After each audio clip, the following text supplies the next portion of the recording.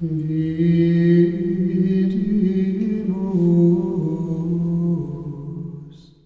part one of this series, I share the results of a survey taken in February of 2025.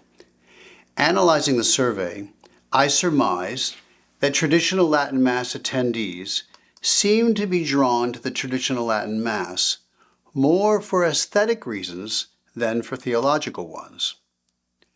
I also suggested that many people who attend both the TLM, the traditional Latin Mass, and the Novus Ordo Missae seem to think that the TLM is beautiful and reverent, and because of this, it is their preferred Mass.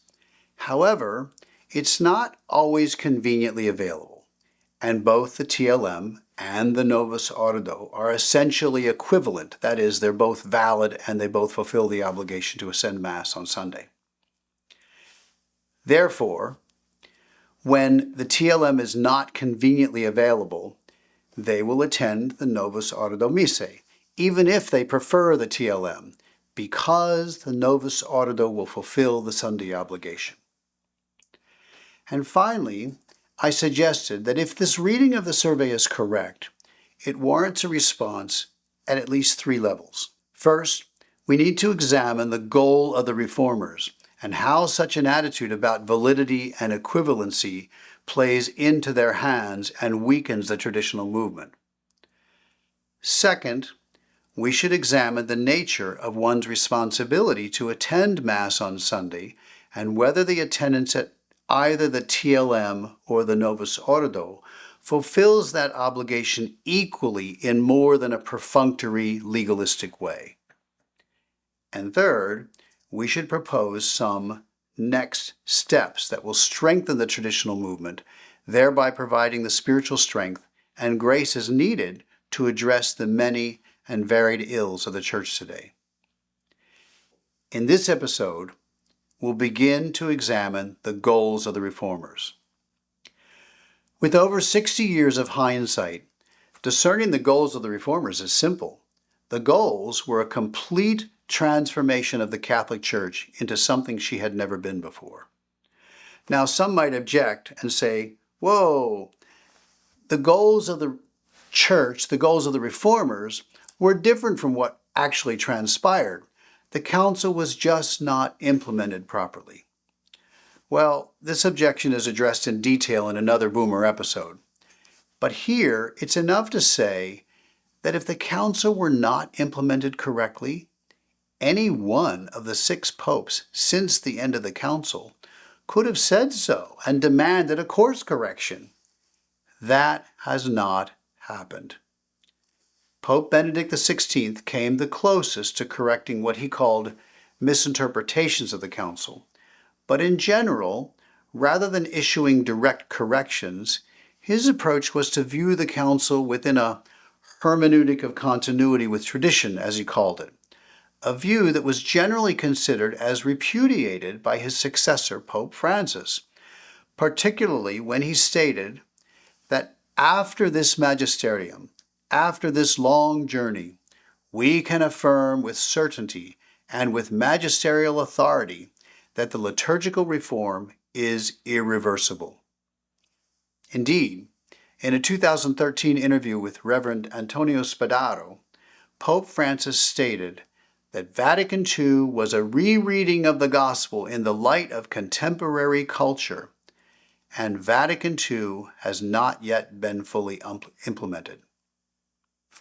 Subsequently, with Francis' promulgation of his motu proprio Traditionis Custodes 8 years later in 2021, a document that severely restricted the preconciliar traditional Latin Mass, it would seem that Francis was determined to complete the reforms of Vatican II, which in his view could have no continuity with the preconciliar liturgy, and to complete the reforms in a way that could not be reversed by a future pope. Pope Francis' successor, Pope Leo XIV, in his very first meeting with the College of Cardinals after his election in May of 2025, explicitly referred to continuing Francis's program, saying, "Let us take up this precious legacy and continue on the journey. So, while Benedict's efforts may be viewed with admiration, they were an aberration with regard to understanding the goals of the Reformers. This overarching goal of transformation can be further understood by examining the strategies that the Reformers employed to achieve it. These strategies were focused on three connected and overlapping areas: developing a new type of ecumenism, overhauling the Church's worship and sacramental life, and revising the Church's doctrine. And they were carried out in both the conciliar documents and in the post-conciliar implementation of those documents. Today, we'll look at this new type of ecumenism. Now, it's easier to understand the revolutionary nature of Vatican II ecumenism if we first understand how ecumenism was understood in the Church prior to Vatican Council II. Pope Pius IX addressed ecumenism at least twice in his Syllabus of Errors of 1864. In Proposition 15 of this document, he stated as an erroneous opinion that it is wrong that it makes no difference to which religion one belongs, provided that one leads a morally upright life. And later in the same document, the Holy Father condemns the notion, again, this is a wrong notion, that the religion of the Catholic Church is not the only true religion.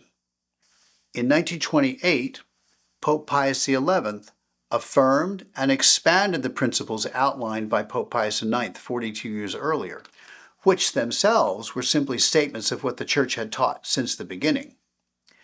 In his encyclical on religious unity, Pope Pius XI rejected as a false foundation for unity this opinion that considers all religions to be more or less good and praiseworthy, since they all, in different ways, manifest and signify that sense which is inborn in all of us and by which we are led to God.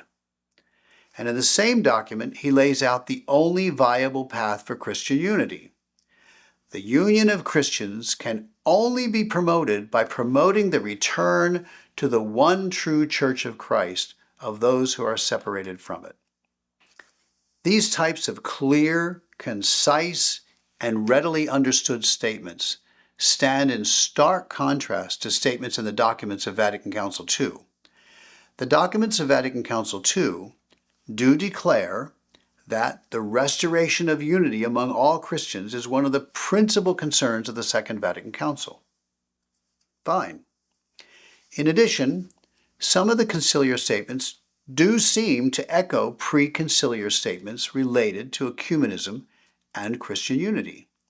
For example, Unitatis Redintegratio, the document on ecumenism, affirms that Christ the Lord founded one church and one church only, and that such division among religious denominations openly contradicts the will of Christ, scandalizes the world, and damages the holy cause of preaching the gospel to every creature.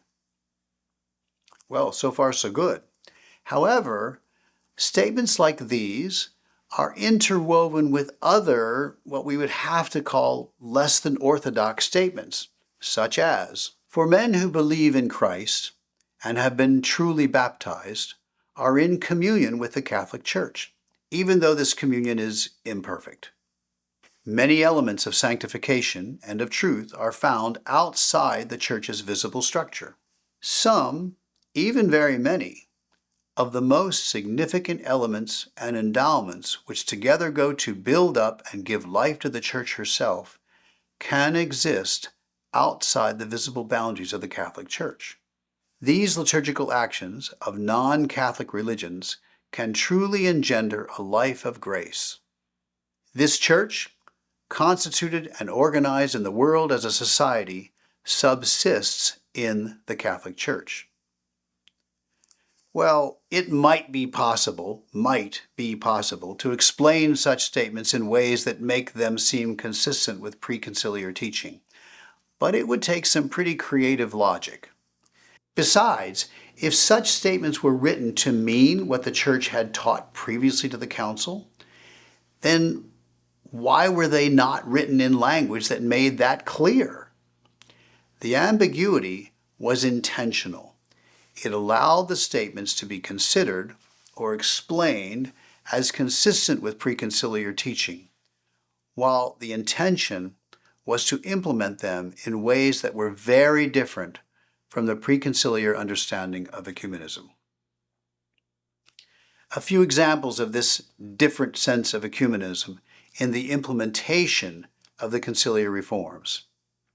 After the council, a new Mass was created, the Novus Ordo Missae, that was based on a 16th century Protestant service. And I'll discuss this in more detail later on. In 1999, at the end of an audience with an Iraqi delegation, Pope John Paul II bowed to the Muslim holy book, the Quran, presented to him by the delegation, and he kissed it as a sign of respect. Now, in the preconciliar church, this would have been considered an act of idolatry. In a 2019 document, Pope Francis declared that the pluralism and diversity of religions, color, sex, race, and language, are willed by God in His wisdom. During a tree planting ceremony in the Vatican Gardens on the 4th of October in 2019, held on the eve of the Amazon Synod and attended by Pope Francis, participants formed a circle around wooden statues depicting a pregnant woman, while some knelt and bowed down before them as part of an indigenous ritual performance. These statues were later identified by Vatican officials as Pachamama statues, that is, Amazonian idols.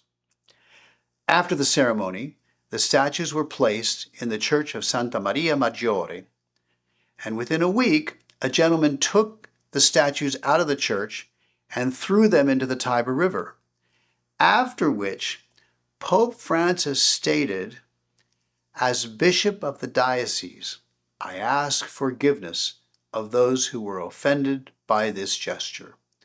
That is, he asked forgiveness for a person taking idols out of a Catholic church and disposing of them.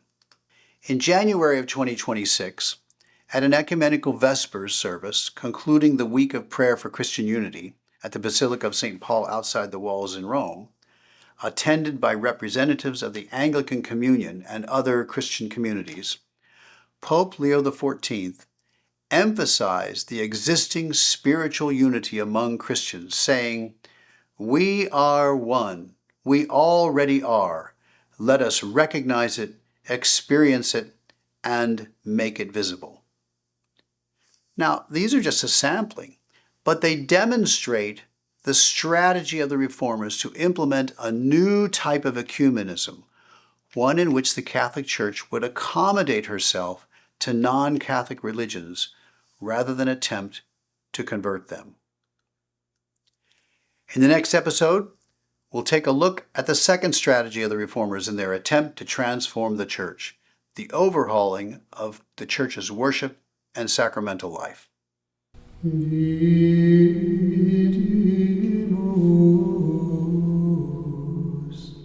stella meus in